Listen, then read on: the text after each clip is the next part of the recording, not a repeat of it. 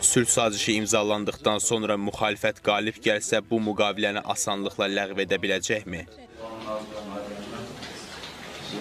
Ermənistanın 3-cü prezidenti Serj Sarkisyanın cavabını axtardığı bu sual Nikol Paşinyanı devirmək istəyən müxalifətin əsas məqsədini tam izah edir. Gələn il hakimiyyətə gəlmək istəyən keçmiş prezidentlər hələ imzalanmayan sülh sazişini necə qüvvədən salacaqlarının yollarını axtarırlar. Ancaq iqtidar arzusu olan revanşistlərin niyyətini üzə çıxaran nüans təkcə bu da deyil. Sarkisyanın anklavların Azərbaycana verilməsini, ölkənin bir hissəsinin Bakıya verilməsi kimi xarakterizə etməsi Ermənistan müxalifətinin regionla bağlı çirkin niyyətlərinin göstəricisidir. Görünür, məhz bu plana gedən yolda sabiq prezidentlər güclərini birləşdirmək qərarına gəliblər. Belə ki, Serj Sarkisyan impiçment prosesi uğurlu olacağı təqdirdə Sələfi Robert Köçəryanın baş nazir postuna namizədliyinin əleyhinə olmayacağını bildirir. Köçəryanın komandasından olan hər kəsə yardım etməyə hazıram. Sizcə Robert Köçəryan Ermənistanın hazırki liderindən də pis lider olacaq? Mən belə düşünmürəm. Onun namizədliyini dəstəkləyəcəm.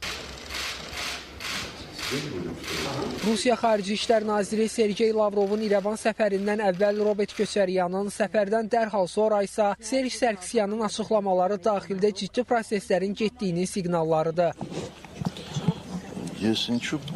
Seçkinin yaxınlaşdığı bir müddətdə Rus meyilli, hətta Ermənistanda Moskvanın adamları kimi qəbul edilən bu şəxslərin aktivliyi bağlı olduqları yerlərdən təlimat aldıqlarını açıq-aşkar ortaya qoyur. Yəni, Ukrayna məsələsində Qərbin gözlədiyi qədər zəifləməyən, hətta Trampın dəstəyini alan Kreml İrəvana necə güclü geri dönüş etdiyini göstərir. Ancaq sabiq prezidentlərin bəyanatları onu deməyə əsas verir ki, hədəfdə olan yalnız Paşinyan administrasiyası deyil. Müxalifətin dəstək aldığı qüvvələr indi hər zamankindən daha yaxın olan yekun sülh razılığını pozmağı da prioritet seçiblər. Hətta anklavların geri qaytarılması ilə bağlı son çıxışlar bu şəxslərin hakimiyyətə keçər-keçməz Bakı ilə qarşıdurma yaratmaq arzusundan xəbər verir.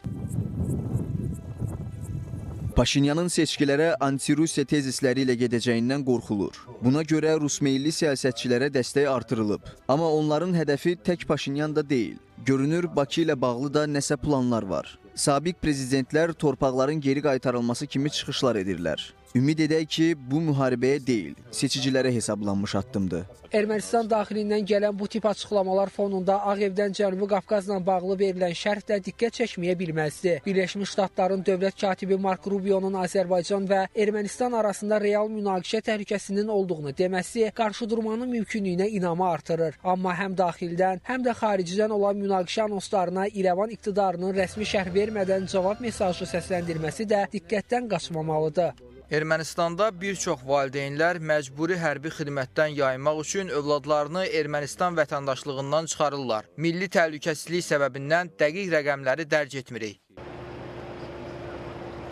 Yəni Papikyan münaqişə arzusu ilə yaşayan müxalifəti demək istəyir ki, döyüşəcək əskərimiz yoxdur və onların sayı hər keçən gün artır. Ermənistan Müdafiə Nazirinin həyəcan təbili çalması fonunda ölkənin ordusuna nəzər salsaq böhranın daha dərin olduğunu görərik.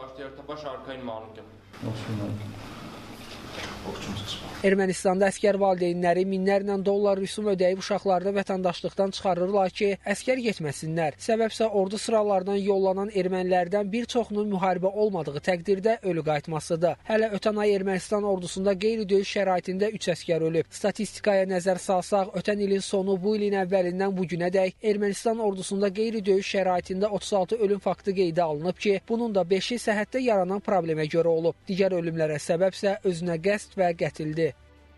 Ermənistanın siyasi həyatında yaşanan gərginlik orduya da sirayət edir. Bu fonda ordunun döyüş qabiliyyəti demək olar ki, bərbad haldadır. Bunu ictimaiyyətdən gizlədə bilmərik. Bizdə qeyri-döyüş şəraitində ölüm halları olduqca çoxdur. Ermənistanda orduda yaşananlar fonunda ölkədə əsas hərbi təhsil verən Vazgen Sarkisyan adına hərbi universitetə qəbul sayının azaldığı da bildirilir. Hətta buranı bitirən şəxslər arasında fəaliyyət göstərməli olduğu sahədən yayınanlar da var. Ümumilikdə mənzərə onu göstərir ki, regionda müharibə arzusu olan ölkə müxalifəti özünə ilk öhdəlik kimi daxili sabitliyi və dövlətə inamı bərpa etməlidir. Hakimiyyətə gəlmədən regional planlar qurmaqda uduzan tərəf isə yenə də Ermənistan olacaq.